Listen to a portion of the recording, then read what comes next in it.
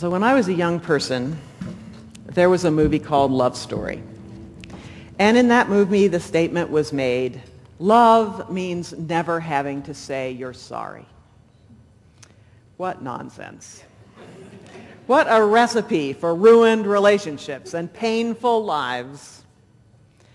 I had a pretty good idea even at that young age that not saying you're sorry was a pretty bad idea in every other kind of relationship, but, well, they do say that romantic relationships are special, and I had as yet no experience of them, so I figured, must be true.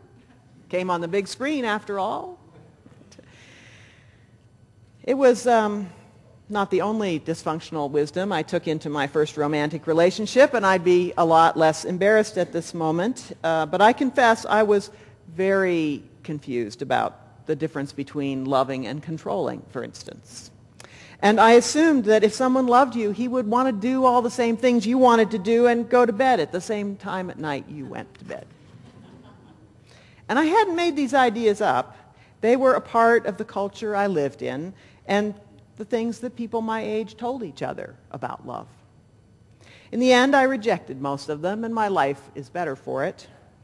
I went through a period, my I am a rock, I am an island period, in which I thought I just wouldn't use such a slippery, meaningless, hard-to-define word.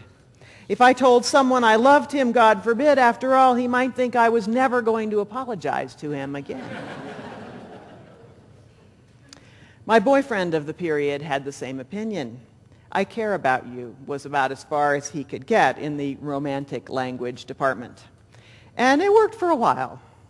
But eventually I learned the best lesson of all from that relationship. There are some words which are too useful to discard.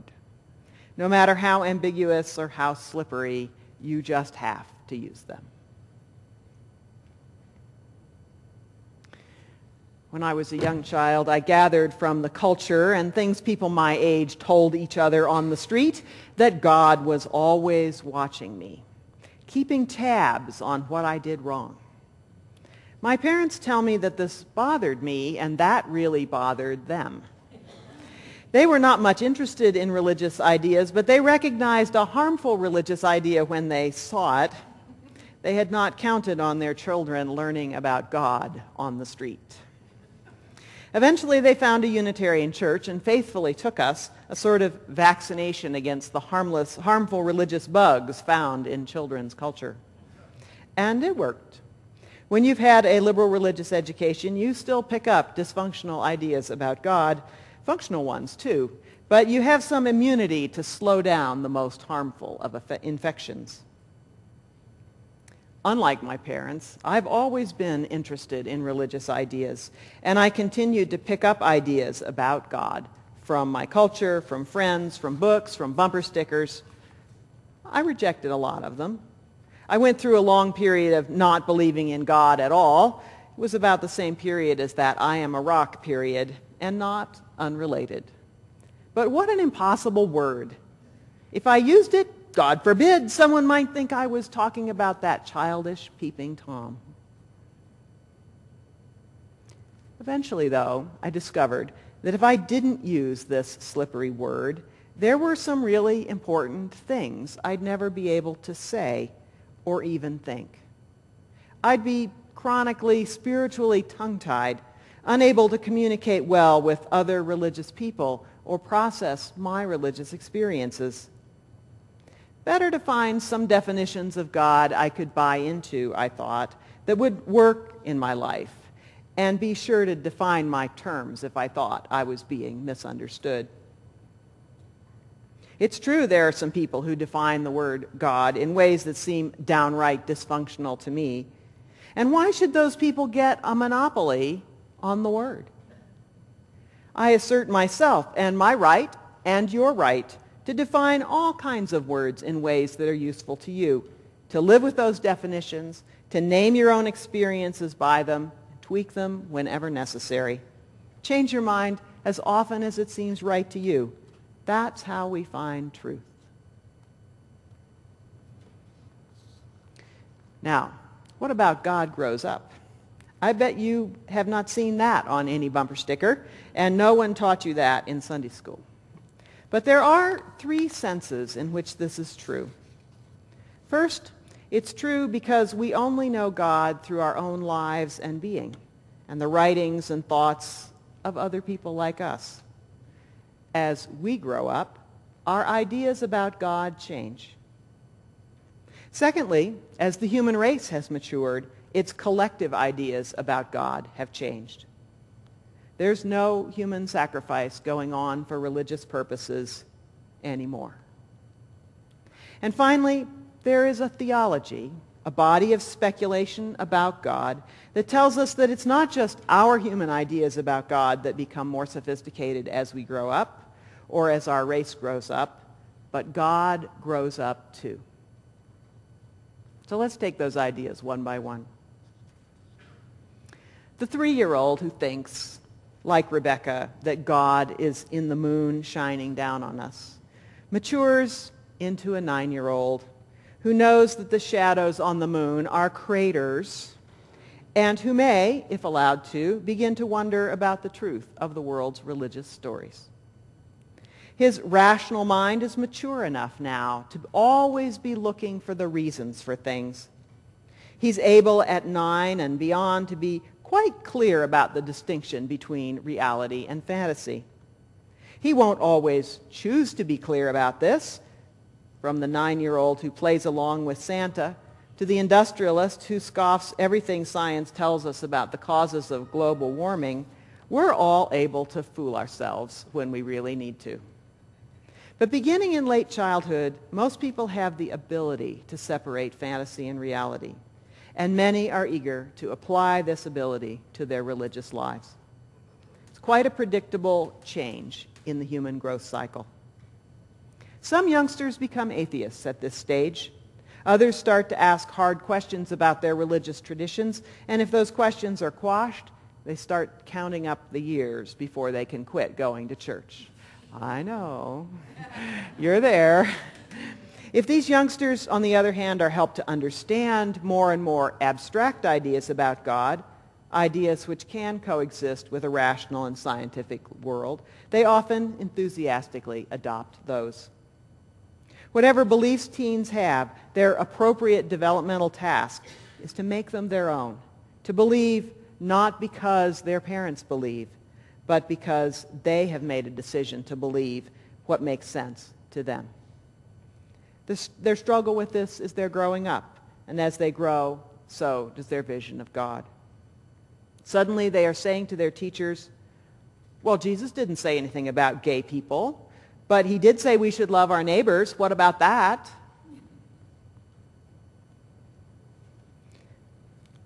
Our beliefs about God, in other words, mature as we mature, amass experiences, meet new people.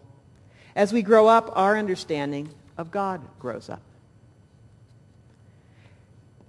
The human race as a whole has grown up in its understanding about God.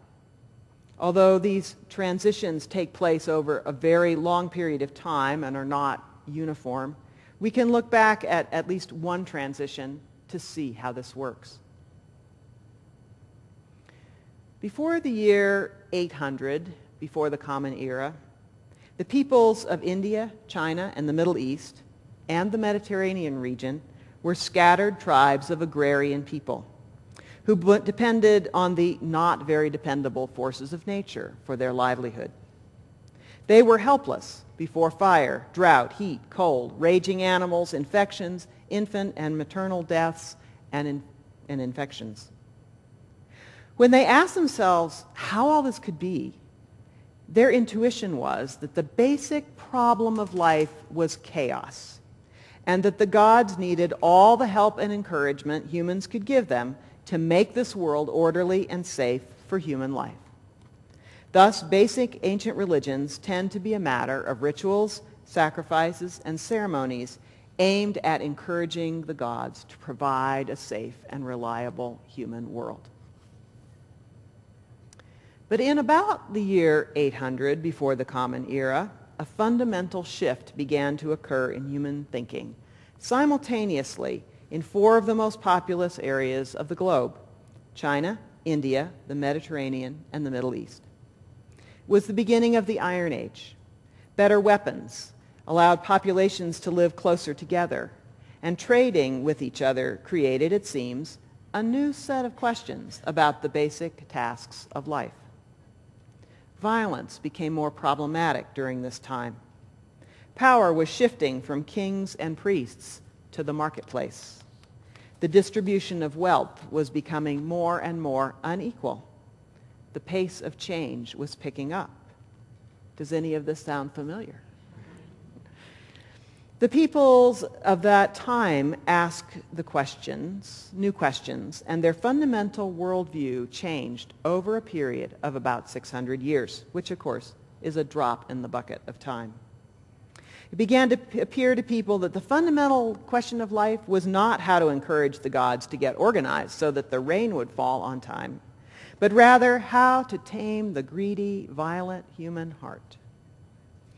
Individualism emerged, and the idea that goodness, peace, and justice could be brought into a culture by individuals who had focused their lives on wisdom and spiritual growth became the dominant understanding of the meaning of life and the purpose of religious life.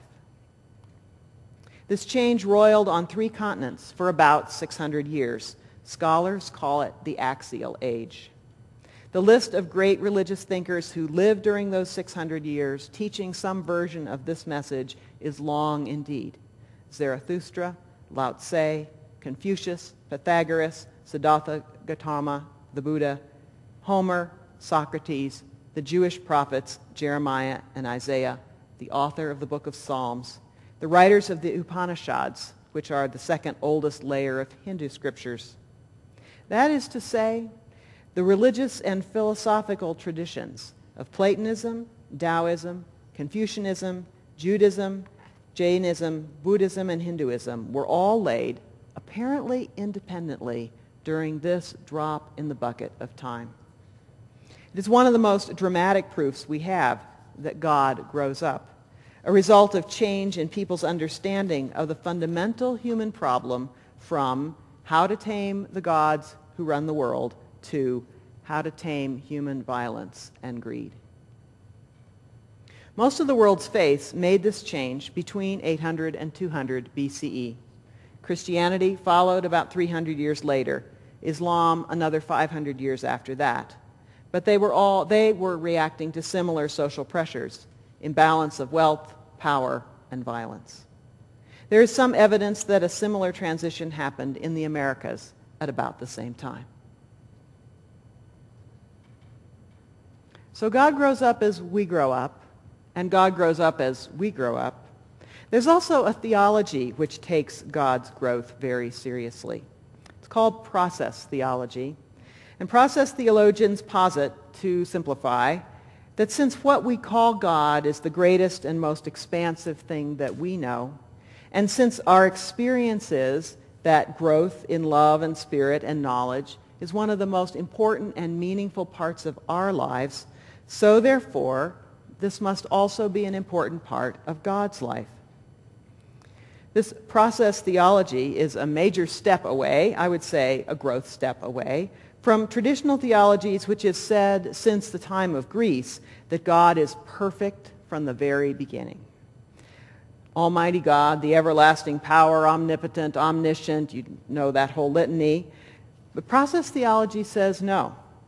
God, the totality of things, grows with the complexity of the universe, and especially through the consciousness of conscious creatures like ourselves. As we grow in love and wisdom, therefore, we add our little bit to the aggregate that is God. That's the user-friendly version of process theology. Anyway, it was promulgated by the mathematical genius Alfred North Whitehead in the middle of last century. It's quite technical and mathematical in essence, and only the Hermiones amongst us can hope to understand it. It's a theory. I rather like it myself because it gives an ultimate meaning to every little way that I struggle to learn, to grow, to forgive, to heal, to find peace. It makes my own little meditations cosmic in their importance.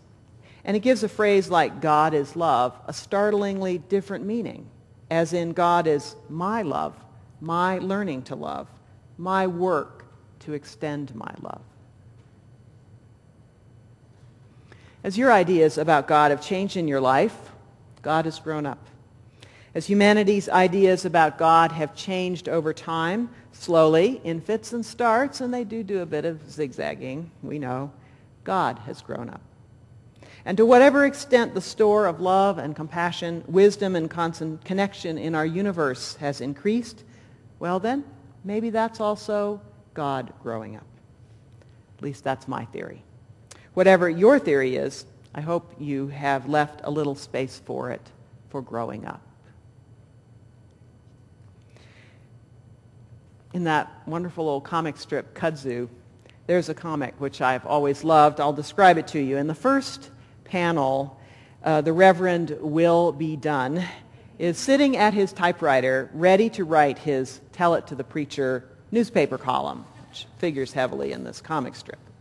So cartoon frame by cartoon frame, he reads a letter from a listener or a fan, and it looks pretty serious. The letter goes, "Dear Preacher, do you address the Supreme Being as the eternal thou, like Buber?"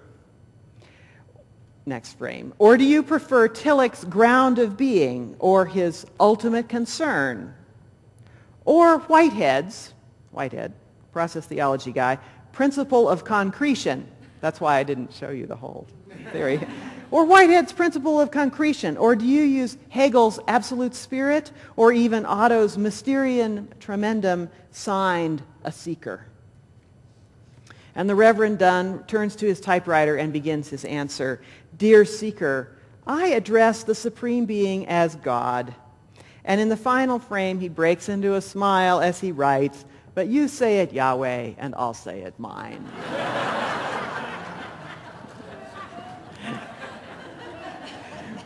And that's so you. You say it Yahweh, and I'll say it mine. You think of Master God, I'll imagine a tree.